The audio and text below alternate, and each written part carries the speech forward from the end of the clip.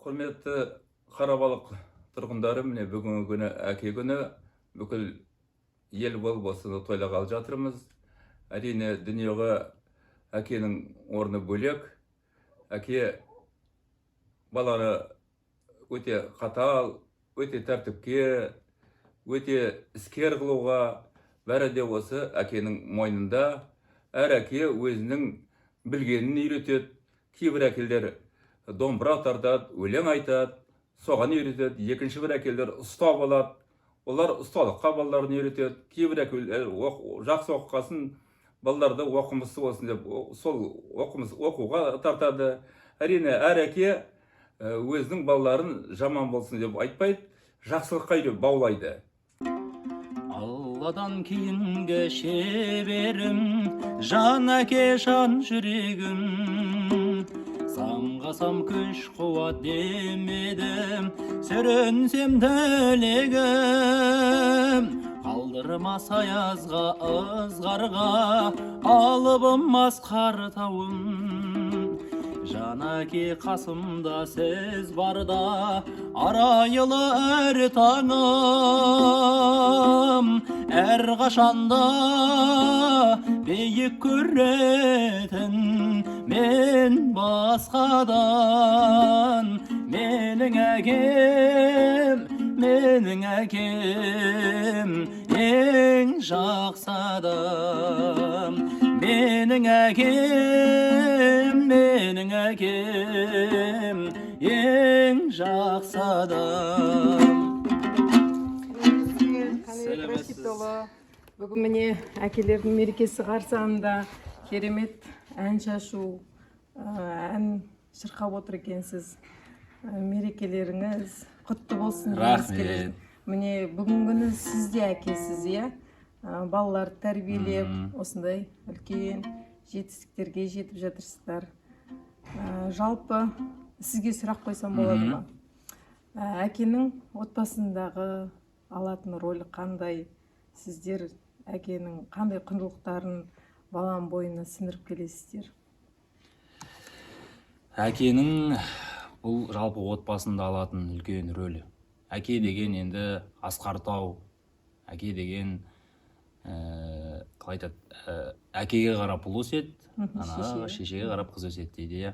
Жалпы енді әкенің үйдегі атқаратын рөлі бұл үйдің қорғаны біріншіден.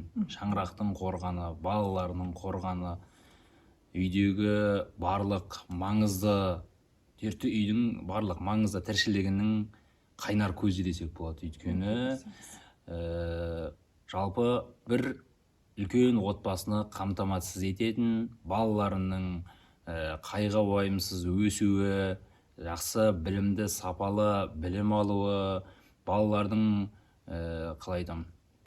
барлық арман мақсатына жетуіне әкенің үлесі зор, үлкен үлесі зор. Өйткені барлық материалдық жағынан болсын, барлық балаларға әкелік махаббатын беріп жатса да, әкенің үлкен зор міндеті балаларының алдындағы.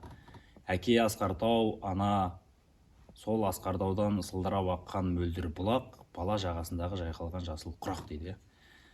Жалпы енді әкенің балаға беретін тәрбиесі, тәлім тәрбиесі, ол енді өмірде үлкен азамат болып биік белеске жетіп атса, әкенің балаң, егер әке балаға жақсы тәрбие бере алса, әкенің маңдайы терлемейді дейді. Қыз балаң инабатты болып өсіп жатса, ананың ақжаулығы кірлемейді дейді. Сондықтан жалпы енді әкенің үйдегі алатын орны өте бөлек. Өзіміз кішкентайымыздан әкемізге қарап өстік. Әкеміз осылай үйде отырып, бос уақытында домбырасын алып, ән айтып отыратын. Соған қарап өсіп, сол қызығушылықпен осы мамандықты сол кісіге қарап өсіп, сіңіріп өстік қой.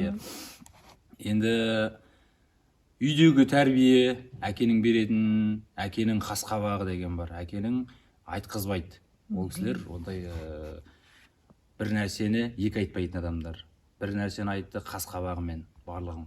Үйге кірер кезінде де, мынандай табалдырықтан кіргеннің өзінде дегеннің өзінде бүкіл балалар уже әкесінің келе жатқанын біледі, дайын тұрады. Дастархан басына отырғанның өзінде, тағамда келіп қойғанның өзінде әке болмаса, ешкім тағамнан шықмайды. Әке келіп бастамайды. Әке келіп отырып, астан алғаннан кейін ғана барып, әке орнынан ас қайырып тұрғанша ешкім орнынан тұрмайды. Мысалға. Сондай әкенің құндылығы. Тәрбиенің көзі міне бойыңызға сіңіріп, осылай өскендігіңіз, әрбір айтқан керемет, тұжырымды ойларыңыздан да байқалады.